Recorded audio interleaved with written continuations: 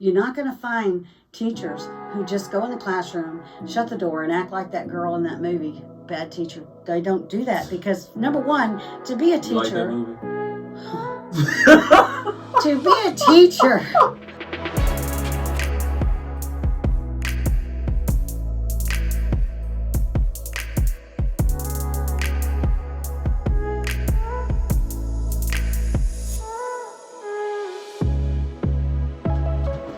Welcome back to Real Folk, episode 2. This is the second episode.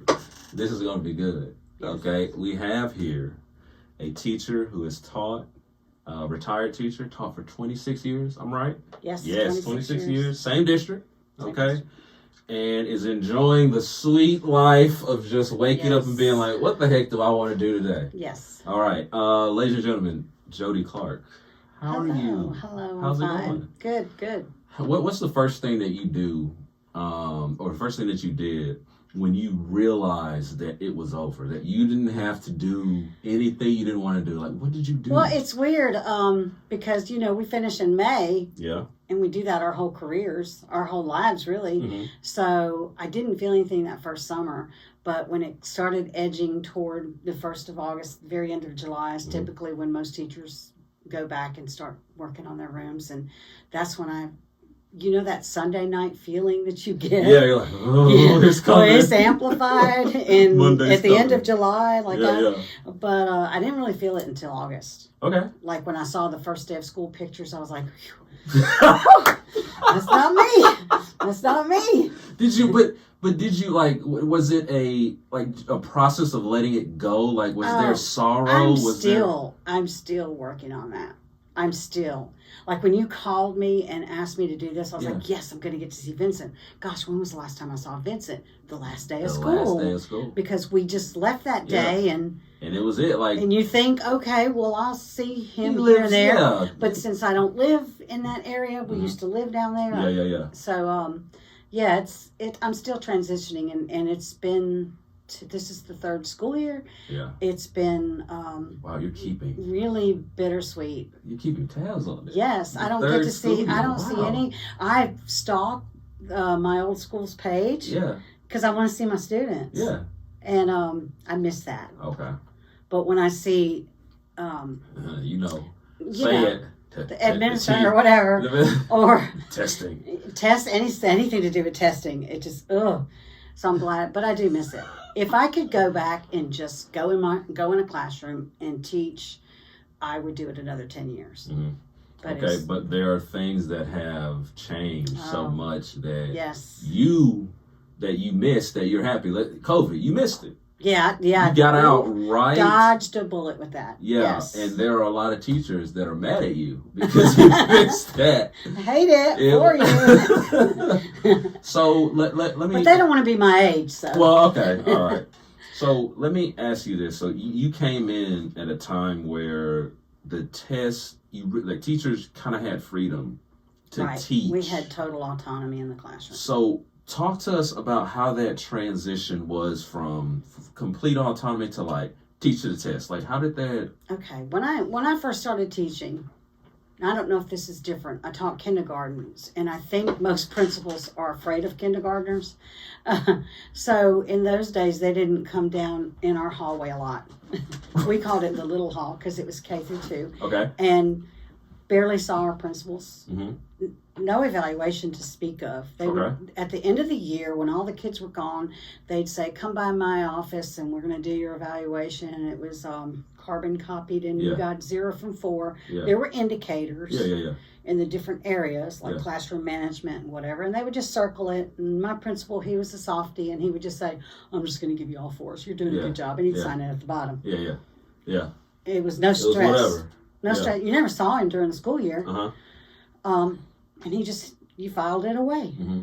Okay, and then I moved up to the grades to 4th and 5th grade. That was back in the late 90s. The kids took a test at the end of the school year. Mm-hmm.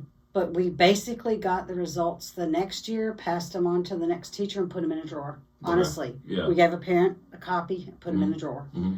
it was interesting because my children were in school at that time, and I would even put it in the drawer. So you weren't the test wasn't the end all be all to if they passed. That there were a lot of different things that you considered. Right, and lesson plans were and it may have varied from different places, but pretty sure that lesson plans it was paper and pencil then. Okay. They gave you a book that they wanted you couldn't have your own lesson plan book. You had to use the one that they gave you. Yeah. And you wrote in it. And you didn't have to be as detailed as it is when I learned at Southern. Yeah. Okay, you just had to pretty much jot down what you were going to teach on Monday and Tuesday or Wednesday. And basically all you had to do, you didn't have to turn them in. You just laid them out on your desk. And so if the principal came in, he would just flip through it, which mine never did. Okay. For the first... I want to say the first 15 years of my career, from 93 to 2008, 2009. Yeah. You just had to have them on your desk. So, okay, so do you think, fast forwarding to where the test was everything, do you think that that helped students as much as everyone says it, or as everyone says it does? Because I do run into people who say, now we know exactly what the kids are learning. We know exactly how they're learning. And that is very important for the blah, blah, blah, blah, blah, blah. Like, was there any part of this that was a good thing, this transition? It might have been a good thing for the administration to show accountability, to sort of prove to the parents and the community that this is, because then they started putting the curriculum online. Yeah. Or at the beginning of the school year before computers, it started to where they'd come at the very beginning of the school year and they would get a list of all the skills we were going to teach broken into 9 weeks. So it was more transparent? Is that the word? Or... It was, and parents could look and, first 9 weeks of fourth grade, they're going to learn this, and language arts. And this. Gotcha. They could look at it. They would give it to us, and we would have to put little dates off to the side. Yeah. When we taught it. Okay. It was moving toward more structure, more accountability, if you want to call it that. We had to put the dates on when we taught it and had to correlate with what our lesson plans. But with that came a lot of rigid, kind of... And then it transitioned to the computer. Okay. And... What was that like? Well, I don't think... And, the old saying, you can't teach an old dog new tricks. Okay. That's true. 15 years into my career, and most teachers are like this. They like to deny it. They go to workshops and say, I'm going to do things differently. And we do incorporate some of that. But if something's working for us in our classroom, we pretty much stick with it. Okay. I was a centers person. If it's not broken, don't fix it. Right. And I think I was a centers person where they went to centers because I taught kindergarten and that's what you do. And then when I transitioned to 5th and 6th grade, I did them. And the 5th and 6th grade teachers at that time were like, what are you doing? These kids are older. Don't do centers. Yeah. But the kids were excited. But you like centers. But it worked there. Right. And so when they started saying that you have to do this and that, it was just another layer that they put on you. Okay. A layer. All right. On top of what, all the other layers. It was different. I used to be able to leave my lesson plans on the desk and just in case the principal wanted to walk in. But now you're making me put them on my desk. They would walk around. Then they started walking around. Just walk in your room and just flip through your lesson plan book and sign off with a pen. So what, let me ask you this, because I've done research on you. Your test scores were pretty awesome. Oh, well, thank you. All the time. Okay. Thank you. This reading, right? Reading was where I ended up in my career. And you were very, very, very, very, very, very good at it. Okay.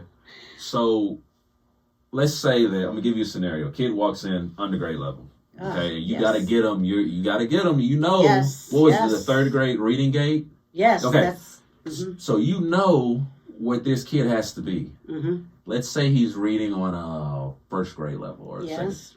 What's the preparation like to get that kid? How do you get that kid from 1st to third in like I hate to. months. First, you got to collect the data. I mean, I hate to say it, but you go to the teacher, the second grade Don't say teacher. the D word.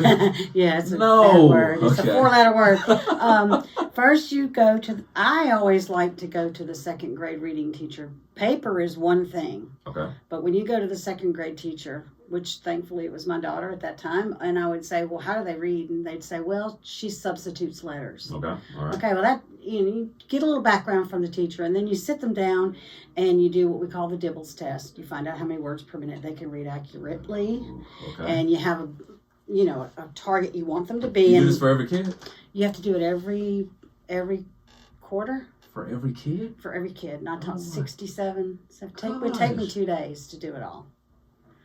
Yeah. What? And I would put it in my lesson plan, Dibbles, Monday and Tuesday. And my administrators knew what that was. You have to, one-on-one. They read 3 passages. One-on-one. They read 3 passages you time them for 1 minute. How many kids you got in the classroom? I had 20 How about- per class. Oh my gosh. And sometimes you would go to, like, I had a coworker that I would say, will you help me with Dibbles? And she'd say, sure.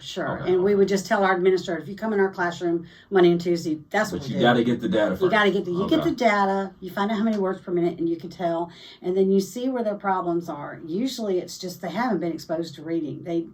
And I used to tell my students at the beginning of the year, I'd do a survey. Raise your hand if you hate to read, and they would all pretty much all raise their hands. That is the realest question.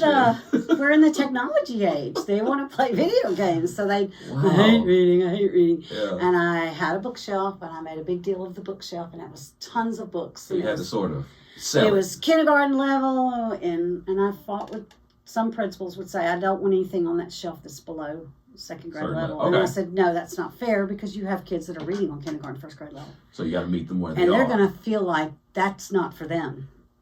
That makes sense. And so I'd sneak them in there with. That makes sense. Okay, so then you get them and you do the Dibbles.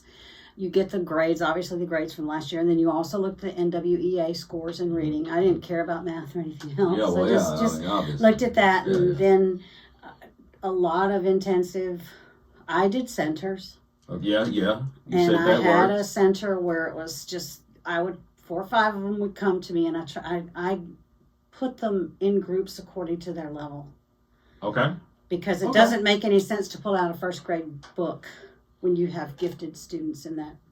So you put gifted in one. Gifted in one group and middle. Do you think that you kind of said that hesitantly? So is there a stigma? There is a stigma to that, because they say it makes sense. They say that you should have sometimes it helps the smart students deal with the not so on level students, Okay. and it reinforces the skill for the one that has it. Okay. And then it helps the one that doesn't have it. But for you, But I have to worked. have control. I have to be able to see and hear them read, and Yeah. and you just work on them. And you Well, might no one's have. gonna say you're wrong, Jodi. Look at you still like that. I mean, come on. But you can't always pull them up.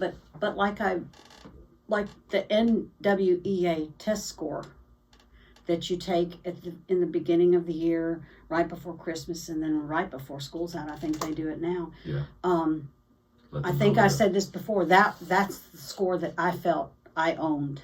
Okay. Because I can't help where I got them, Got you. but I can look where I brought Where you them. brought them. Where Yeah. I brought them. My goal was to get them to gain at least 10 to 15 points. That was just my personal goal. I didn't always do it. And to make them raise their hand. Not raise their hand at the end of the year when I say, okay, how many of you hate reading?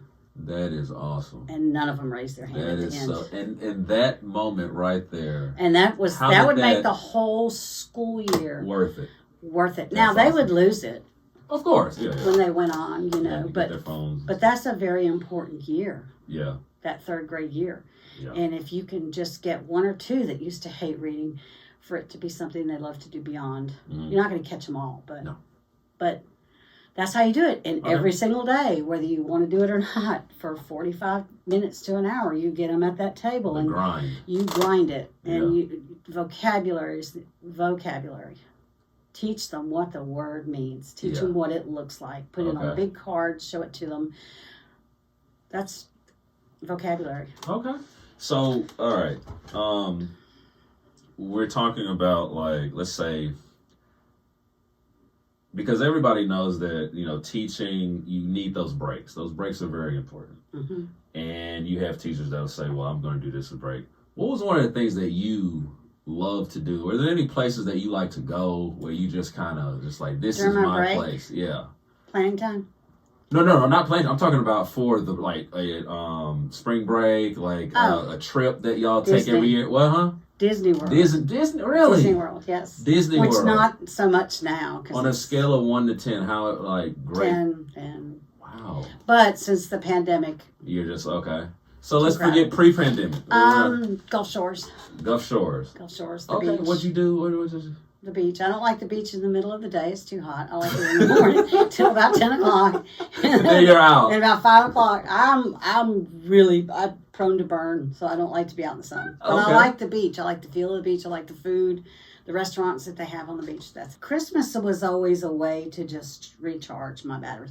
We never went on vacations during Christmas because I knew testing was coming up. There you go. Yeah.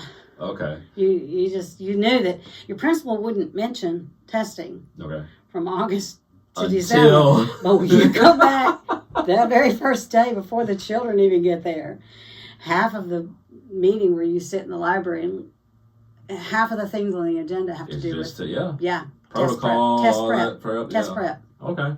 So, what made you want to do this for as long as you did it? I know there's some teachers, they'll get to year 10 and they're like, man, I don't know. But you kept going for 26 straight years. What kept you in? Why? If I was a young person now, yeah, like you and the gentleman that was here before, and some of my friends that I left back at the other school, if I were young, I don't think I would last 10 years. Really? I honestly don't. Wow, I was why? blessed. Well, I was blessed to start. I started in August of 93. Okay. Testing did not become a thing until, I want to say 2009. 2010, maybe even a little bit past that. Wow. I mean, it was. You could hear it in the distance. But you're like, oh, they'll never do that. I'll be gone before they do. Oh well. So I was blessed to have 15 years of just wonderful experiences. There are a lot of people listening to this that are very jealous and mad at you. Yeah, because I'm dodging. I didn't quite dodge the bullet because I ended up in third grade reading, and that's why I left. Okay. Reading. That test. Third grade reading. That test. That is the only grade in the entire school that if your children don't pass it, they don't go to the next grade. And really? I thought it was... Wait, whoa. So you're saying that's the only one? Third grade is the only one that if you don't pass that literacy gate, they call it a gate for a reason. Wow. And if you don't pass that test, you don't go to fourth grade.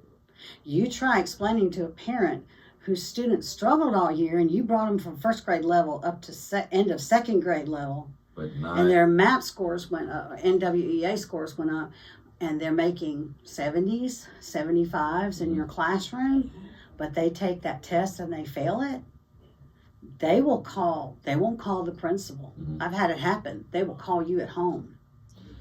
Do you think that these tests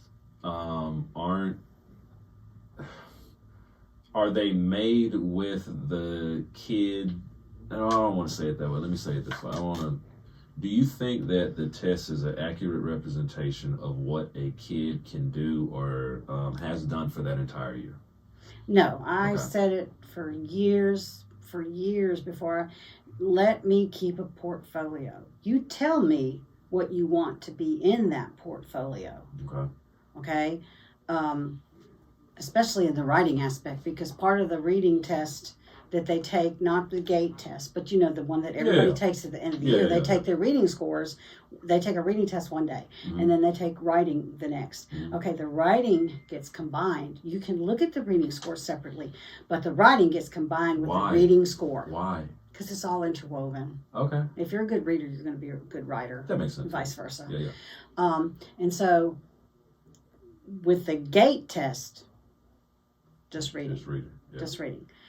So, if you let me have a portfolio as the reading teacher and the person next door that does the language arts, which is basically writing, they don't really teach nouns and verbs like when you went to school. You start that reading pronouns, process. all that stuff. Yeah, you start teaching that reading process.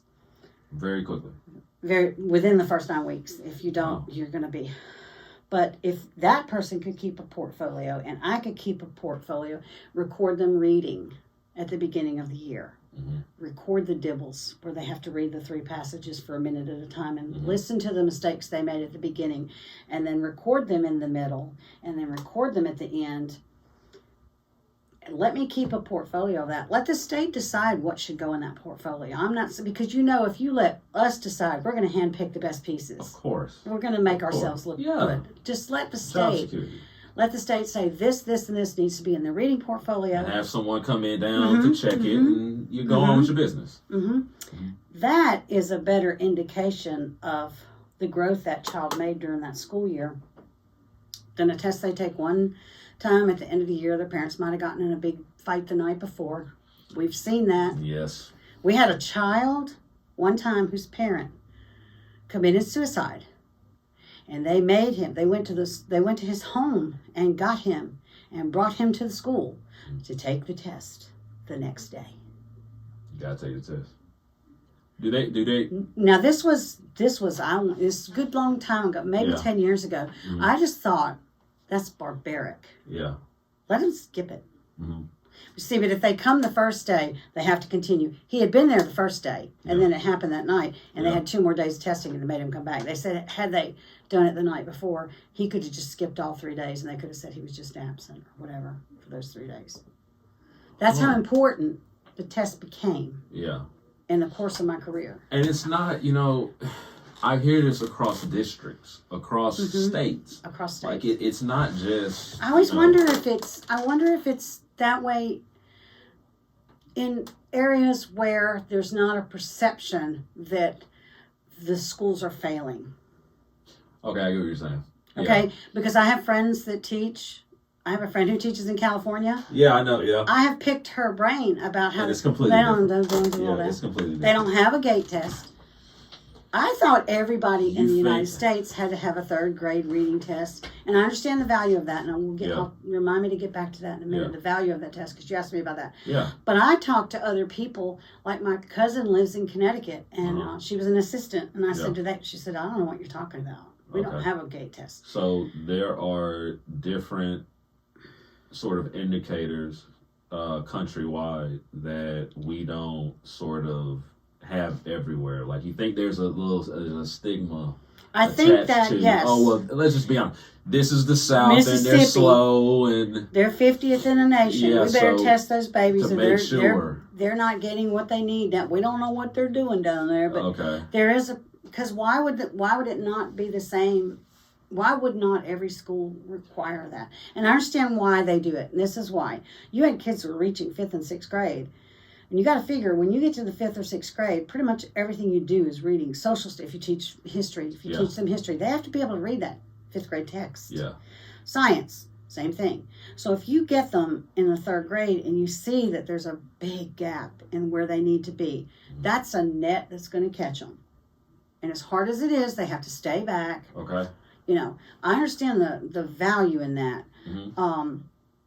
But you feel as though there has to be sort of like a leveler in a sense, where I feel, and that's what I'm really glad that you're here, because you understand how, like, both worlds, the world that was not testing, the world that is, and so how do you, in your opinion, how do you meld those worlds together to where, okay, the state gets what it wants and the teachers get what they want? Before I say how you meld it, let me just say this. Okay. And you probably grew up, you did. Yeah. You're the same age as my daughter. Yeah. Y'all didn't test. My daughters didn't. They tested once a year at the end of the year. Let me tell you, we'd put it in a file. Yeah. That was it. Yeah. It was a joke. Okay? So, all right, look at them now. They went to college. A lot of the kids, and I'm on Facebook with a lot of my students that grew up, they're your contemporaries. Yeah. They're all doing well. Yeah, we're all doing well. We're doing all right. Okay? Yeah. And they didn't test you to death. Okay, now you bring the test in. During an age where it's all about the phone. The phone and the video. And I mean, TikTok. like, oh my gosh. And like, why would you make a test multiple choice when all year long we're taught for them to just give open-ended answers, and we're testing them so much, and it's like, for what? For what? For why?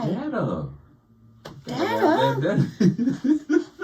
You take my blood pressure when I go to the doctor, and you take it once every 2 months or whatever, and if I keep a consistent, you put me on blood pressure medicine, it stays high 2 or 3 years. Yeah. But then if they test it again, and it's done. They're done with it. They're not. Well, we just keep poking these children and their stress level, and you proctor during these tests. Yeah. Oh yeah. Oh my gosh! You walk around the room, they're not allowed to breathe. They're not allowed. It's so unnatural. And then if anybody makes any noise in the hallway or knocks on the door, they die. And it's like, this is not normal. This is not how we conduct school on a day-to-day basis. No. And the kids know it's different. They can. Yeah, you can feel. I mean, you can feel the tension in the room. I think that like the kids have gotten better at sort of, just going, all right, I'm gonna hold my breath for like 2 weeks, and the teachers the same way. It's like the administrators the same way. Everyone in the building holds their breath. And what's bad is when they first started testing, they would do it Monday, Tuesday, and Wednesday. Monday would be math. Yeah. Tuesday would be reading. We're reading first. Yeah. Then math. Then language arts. Boom. 3 days, it's over. Yeah. And my last 5 years, you got that schedule, and it was 2 weeks. Yeah. And if 7th and 8th grade is testing, nobody else in the school can move. You can't go to recess. You can't do anything. And so even if the children are not testing, you are creating an environment that's just fraught with just tension. Yeah, it's crazy how, and I talk to people from multiple districts, and y'all all have, like, it's the same story. Is it? It's the same story. Like, and I think that I was asking the guest before you, do you think that it comes from up high, where you have a mandate that's given, and then the mandate is dumped on the superintendent? Yes, I don't blame the superintendent has to dump on the principals, and the principals dump on the teachers. Who's up there? I don't know. Like, now, Betsy DeVos, she's not in office anymore, but good gracious. She went to work the first day and said, "Where's my pencil?" And there's a meme that says, "Did she not understand the teachers better than no pencil?" But I mean, like, who are the people that are making these decisions? Because who should they be? Teachers.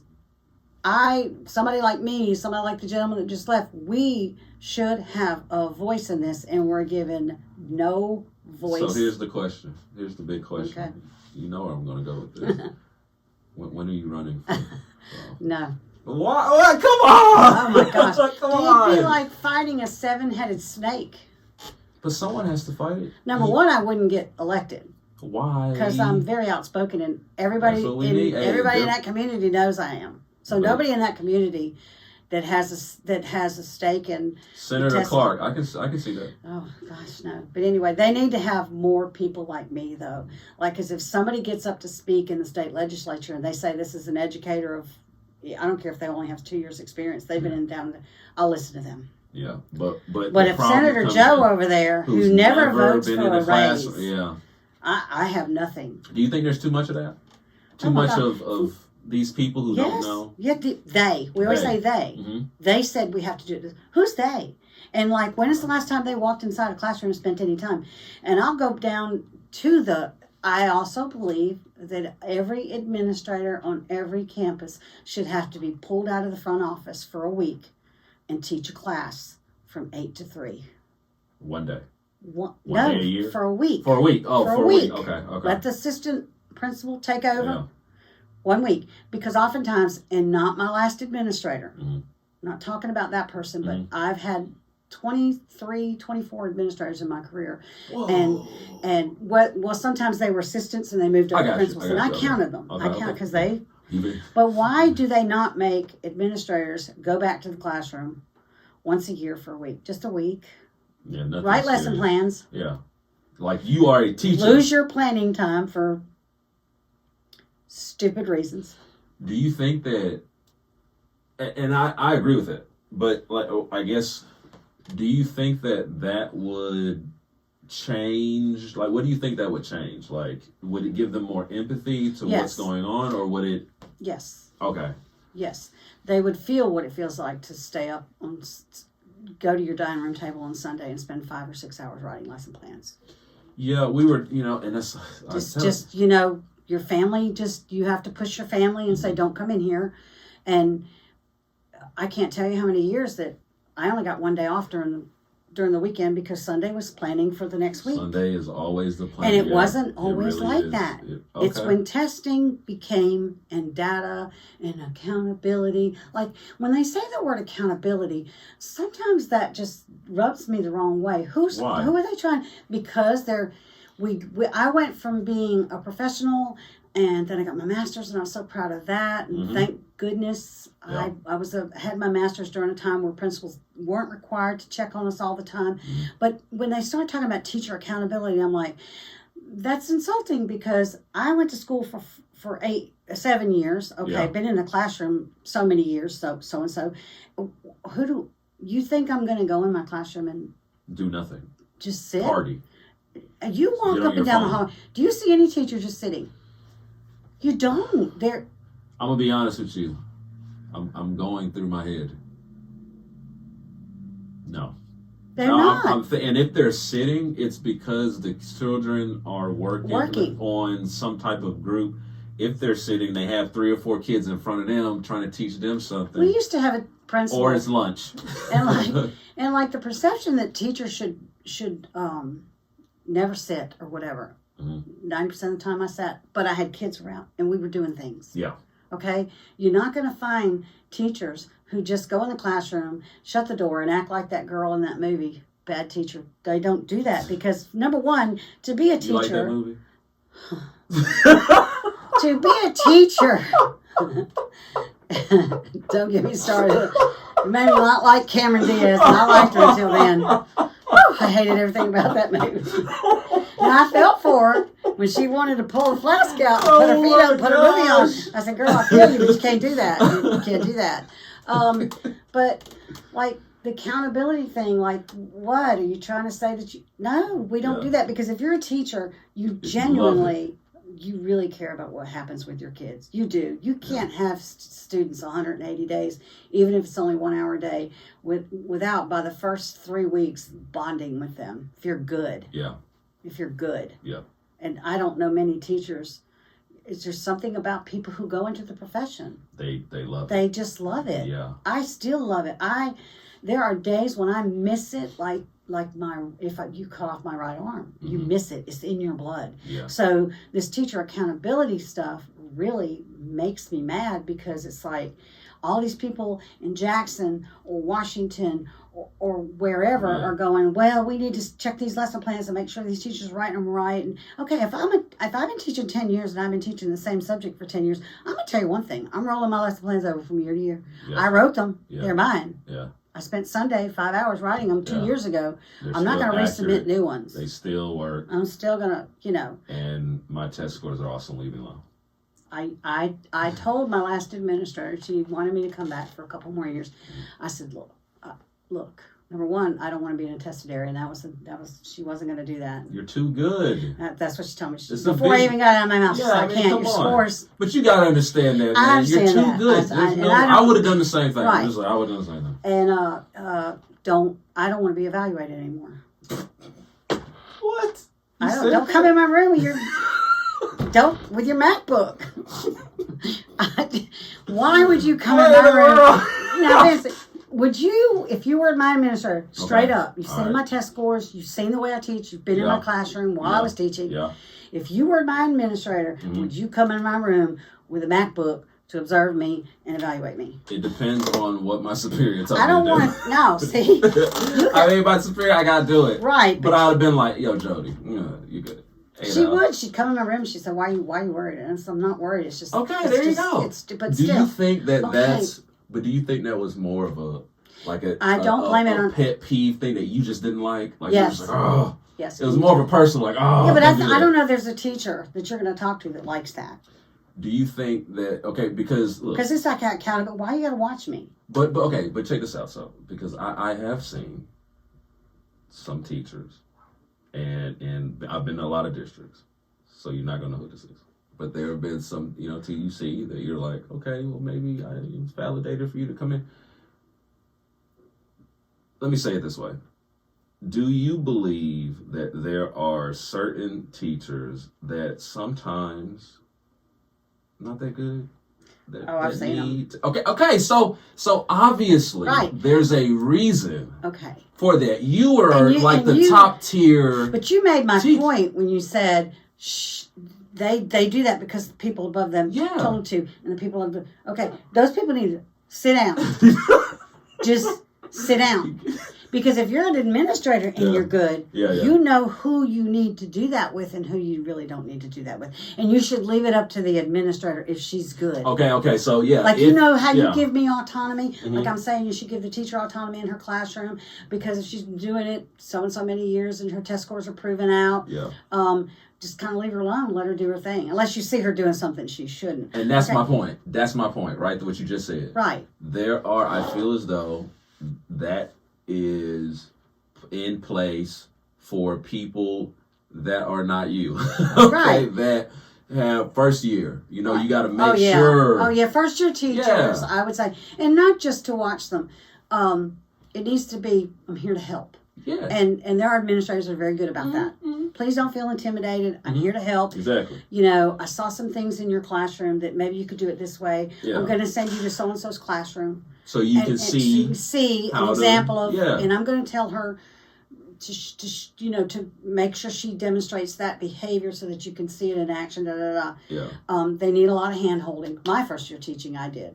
Yeah. I needed a lot of hand holding. Okay, then. So there you go. I mean, but let's go back though. If the administrator is good, and she has a really good campus that is putting out good data, scores, whatever, trust her to decide who she needs to be more vigilant watching, and like the teacher down the aisle that's consistent. She comes in early every day.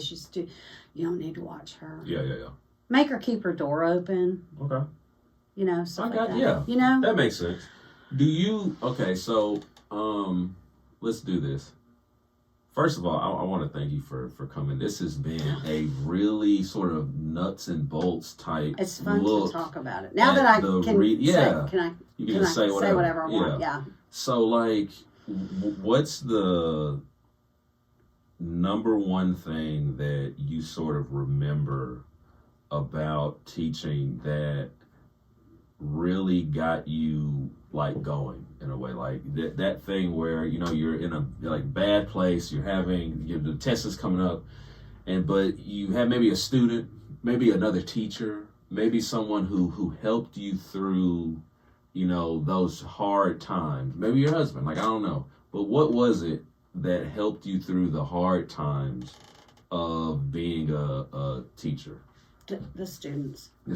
You can, and not all the time, but you can, there were times when I had a lesson in my mind. I was just, and maybe the last couple of days, the students weren't acting the way you wanted. You were just having a bad couple of days. Yeah. And there were times when I would just close my lesson plan book, sit on my desk and say, guys, we need to have a talk. I saw you do that. Yeah. We're having some problems and we're here together. We have to work together. We signed our contract.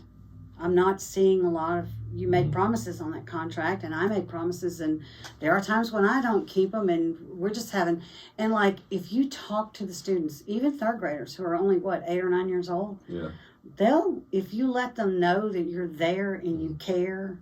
And whenever I would feel like, I would go home and tell my husband, I don't know how much longer I can do this. Yeah. And he always said, well, babe, whenever we'll send you back to school. He was very supportive. But I found that whenever I would get in one of those ruts, January and February always were hard for me. It's like you're in that rut. Yeah. You can't see the light. And those months were always, to me, the worst kind of months. The kids were coming off vacation. I like it now that you guys get 2 weeks. Yeah. That's really nice. It's really nice. It is nice. But going to the kids, even when I taught 5th and 6th, even when I taught kindergarten, we'd gather up and you just have conversations with them. And there were days when I would have a bad headache or didn't feel good. And I'd say, guys, I need y'all to be nice to me today. I'm having a rough day. Did that work? We're going to, oh gosh, yeah. If you build, and it doesn't take long, if you build that relationship, which you can do it in 2 weeks. Okay. I have a meeting out of my hands in 2 weeks. Okay. Because you do the social contract and you tell them. A lot of times I was very lucky that they say, yeah, my mama had you and she loved you. Okay. And so that I did have that. So you had that reputation. But whenever I felt like I didn't want to do it anymore, just cannot, I would go in my classroom, put my purse down, put my lunch down, and go, I can't do this today. Mm-hmm. The kids. Okay. Well, that's good. And good coworkers who would come and say, "You got anything good to eat? I'm hungry." Hey, yes. Hey, look, I find it that just having those little laughs and those little breathers throughout your coworkers too. Your coworkers the kids really your coworkers. Mm-hmm. Okay. They get you through. Okay, so I'm doing something. I told the first guest this. I'm giving every guest the last word. So you have about 30 seconds to say whatever you want. Go. Those of you still out there in the trenches, just don't give up. It'll get better. The pendulum will swing, and it'll get better. And if you absolutely cannot do it anymore, walk out. Especially if you're young. There is life after teaching, but thankfully I never had to do it. Well, but hang in there if you can. Okay, well, thank you so much. Again, the in-depth, in-the-trench look at testing and all the, reading gate, really enjoyed it. Okay, and I enjoyed it too. It was fun. Yeah, this was really cool. Well, this ends episode 2 of Real Folk. Thank you for coming in and watching, and we'll see you next time. Peace.